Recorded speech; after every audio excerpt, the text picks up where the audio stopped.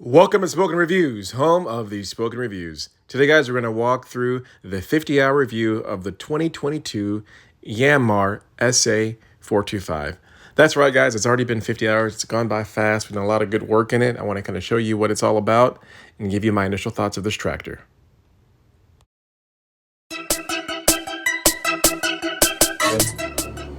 Man, I cannot believe it's already been 50 hours. Again, we got this tractor earlier this year, I think in February, and it's June, and we're at 50 hours. So yeah, that went probably pretty fast, and honestly, we would have hit this sooner if we didn't have some issues. We had one small repair that we had to do that had the tractor in the shop for maybe 2 weeks. But besides that, I mean, this tractor has been just absolutely amazing. Yeah, to me, I would consider this a mid-sized tractor, and we were doing a lot of shopping. I mean, we looked at everything. We looked at John Deere, we looked at Kubota, we looked at Mahindra, and what it came down to for us is one, the warranty, that 10-year Yanmar warranty, can't beat it, and two, dealer support. So we got this from PR Equipment. It's in Kern, Texas, pretty much Corsicana. Those guys are phenomenal. The walkthrough. Yeah, shout out to Dante. Dante's actually the finance gentleman, but actually was on the sales floor and actually sold me the tractor up. But I mean, just the very thoroughness of just that store, amazing. And also for the 50-hour service, they actually, I had them come out to my land and actually do the service. That was another big thing for me. I don't currently have a trailer, so having to, haul a tractor back and forth probably wasn't going to work, but the fact that I could, just pay them to come out to me and do the service, can't beat it. So again, shout out to PR Equipment. Those guys are awesome. But yeah, the tractor, any and everything that we've asked for it, it's done it without any issues. So here's me doing a little bush hogging. Again, we have a small pond on our 20 acres. We actually have two, and we're going to build a third one in 2024, and that'll be a bigger one. But this one's probably only not even a quarter acre. But we're just kind of clean it up because we all know that in the spring everything grows. It's beautiful, Texas. It's this moment before the droughts hit, and it's just been a beautiful time. So yeah, you can see the tractor with the bush hog. It's been amazing, and this is really light work for it because this bush hog has actually done a ton. Here you can see I am, just moving logs into burn piles, and again, it's rated at 1,200 pounds, but you can definitely do more than that. In reality, in order to move something, you don't have to pick it up all the way. You just have to get it off the ground a little bit. So I'll definitely say that always follow the manufacturer's specs. Always, follow the specs and be safe. But just the capabilities of this, anything and everything that I've asked from the 425, it's been able to do, and it's done a beast. As you guys can see, I have a really raw piece of land here. Again, this 20 acres. I've had a lot of work done. I've paid a lot of people to do work. And I'm at the point of, if I don't have to pay a contractor to do it, I'm doing it myself. And this Yanmar 425 is handling a lot, especially for the price, right? We basically got this tractor, I think, for it was either 18 or 19. I can't remember the exact price. We did get a couple of accessories. We got the box blade. We got the bush hog, and then we got the pallets. Forks. The pallet forks are awesome, as you guys can see. A lot cheaper than the claw, and they can do a ton. Now, of course, having a claw, having a third function is an extra expensive. Probably an extra $3,500 in total to get the third function plus the claw, which was, it was a really fair deal. But budget constraints, I had to get what I could get. But you guys can see, everything.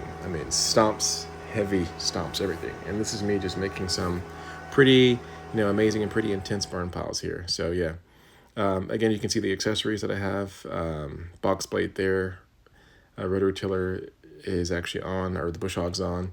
That's the bucket that it comes with, and they do have their own proprietary Yanmar system, but I actually like it. Some people had some concerns about that, and whenever I was deep diving into the information, I was a little bit concerned. But the Yanmar system, to me, in my opinion, it works out really well. So for the most part, it's all positives. There are a couple things that we'll talk about in a sec that, just some design things that I think that Yanmar could do a better job at. Just decisions they've made for whatever reason. Nothing's going to be perfect, but I do think that this little guy is just awesome. And we're going to have some cover. So right now it's outside, getting hit by the elements. But we do have a plan to get an RV cover built this summer. And I'll also be parking the Yanmar in that.